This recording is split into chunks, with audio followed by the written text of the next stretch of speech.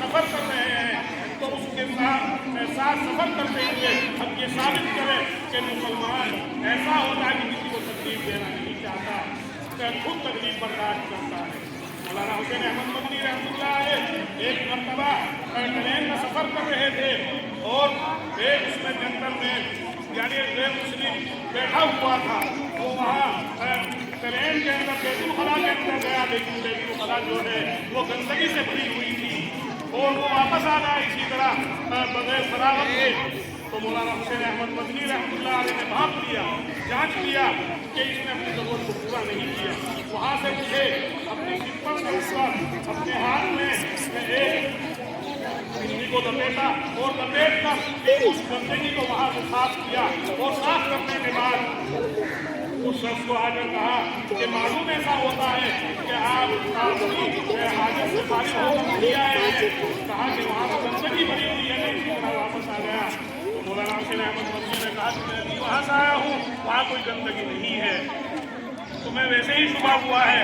वो गया और जाकर देखा, वो समझ गया कि तो मेरे मोहतरम दोस्तों और मुसलमानों, हमारे लिए ज़रूरी है कि हम अपने अखलाक को, अपने किरदार को इस तरह पेश करें कि दूसरों के ऊपर हमारा असर हो, हमारी ज़बान भी सच्ची हो, हमारा वादा भी सच्चा हो, हमारी ज़बान से निकली हुई बात उनके दिल के ऊपर उसी वक्त असर करेगी जबकि हमारा किरदार सही होगा, हमारी बातें सही होंगी और हमारा उनके साथ रहन सहन सही होगा। आज इस्लाम से वो बहुत दूर होते हुए जा रहे हैं, मुसलमानों से दूर होते हुए जा रहे हैं। उसकी वजह क्या है कि आज हमने अपने इस्लाम को धुंधला कर दिया, अपने इस्लाम को आज हमने उनके सामने सही तरीके से पेश करने की कोशिश नहीं की। तो आज हमारे लिए ज़रूरत है कि दीनी तालीम के साथ साथ दुनियावी तालीम को हासिल करके फिर जब हम उनके यहाँ पहुँचे और उनके साथ हमारा उठना बैठना हो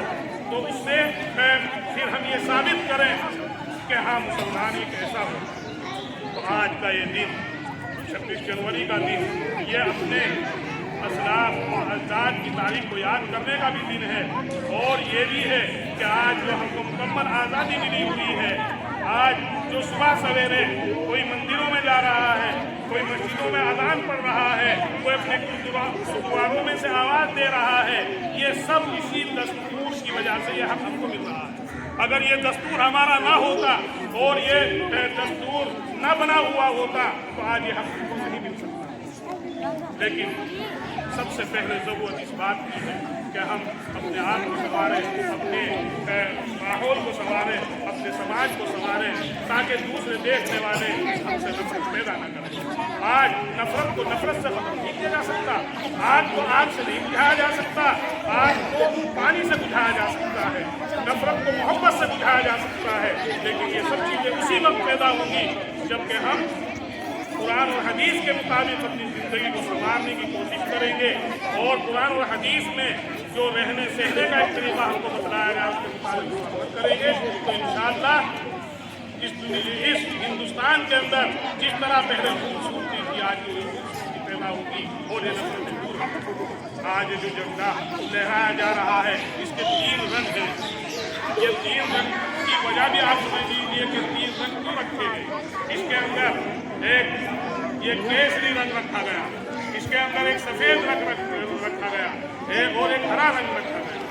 ये केसरी रंग तो हमको ये दावत दे रहा है कि जिस तरह मुल्क को बचाने के लिए, मुल्क की हिफाजत के लिए हमारे असलाफ ने पहले खून बहाया है, आज भी अगर कोई दुश्मन हमारे मुल्क की तरफ नज़र उठाकर देखेगा और हमारे खून की ज़रूरत पड़ेगी तो आज हम खून देने के लिए तैयार।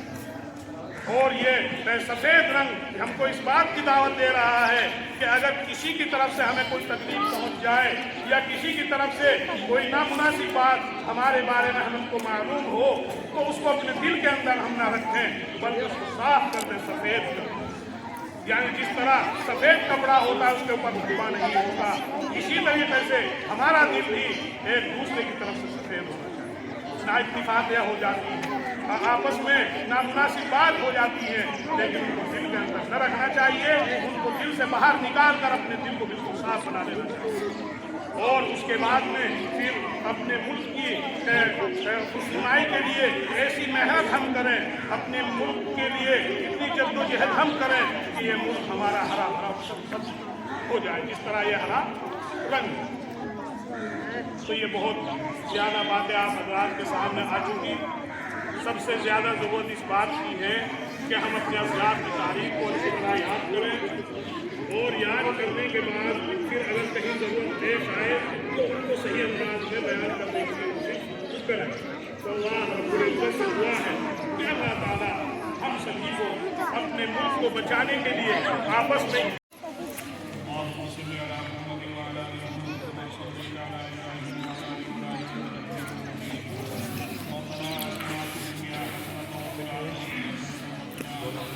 آمین۔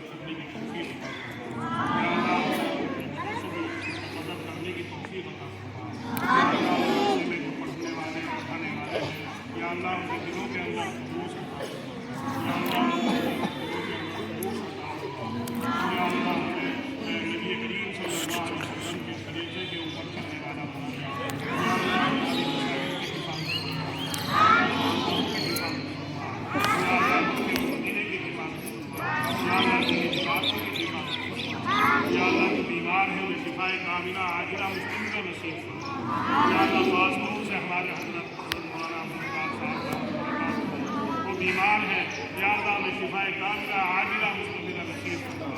یا اللہ ان کے سائے کو ہمارے سروں کے اوپر، یا اللہ ان کے سائے کو ہمارے سروں کے اوپر تعبیر فرمائے۔ یا اللہ آج ہم ظاہری بھی بیمار ہیں، یا اللہ باطنی بھی بیمار ہیں، یا اللہ ہماری ظاہری بیماریوں کو بھی دور کریں، یا اللہ ہماری باطنی بیماریاں حسد سے یا اللہ جو مسلمان بے روزگار ہیں انہیں حلال رزق عطا فرما۔ یا اللہ حرام سے ہماری حفاظت فرما۔ یا اللہ مسلمانوں کی جان کی، مال کی، عزت کی، آبرو کی حفاظت فرما۔ یا اللہ جان کی، مال کی، عزت کی، آبرو کی حفاظت فرما۔ یا اللہ نبی کریم صلی اللہ علیہ وسلم نے نیک الہی سے جو چیزیں مانگی ہیں ان چیزوں میں ہمارا نصیب فرما۔ یا اللہ جو حضرات یہاں بیٹھے ہیں اور تو سب کے دلوں کو جانتا ہے، یا اپنے دلوں کے اندر تکلیف بتائے لیے رہتے ہیں، یا اللہ ان کی نیک تمناؤں کو پورا فرما۔ یا اللہ ان کی نیک تمناؤں کو پورا فرما۔ یا اللہ ہماری مساجد کی، مدارس کی، خانقاہوں کی سب کی حفاظت کرو۔ یا اللہ تیرے محبوب نے جن جن چیزوں سے پناہ چاہی ہے، یا اللہ ان چیزوں سے ہماری اور تمام مسلمات کی حفاظت فرما۔ یا اللہ ہمارے اس مدرسے کو دین کو ترقی عطا فرما۔ یا اللہ تمام فکر سے ہماری اس مدرسے کی حفاظت فرما۔ یا اللہ جو دعائیں ہم نے مانگی یا ہم مانگنا بھول گئے اور وہ ہمارے حق سے اور درست ہے، ان تمام دعاؤں کو محض اپنی فضل و کرم سے اور نبی کریم صلی اللہ علیہ وسلم کے صدقے ہوئے صلی اللہ تعالیٰ علی خیر خلقہ محمد و آلہ و صحبہ اجمعین۔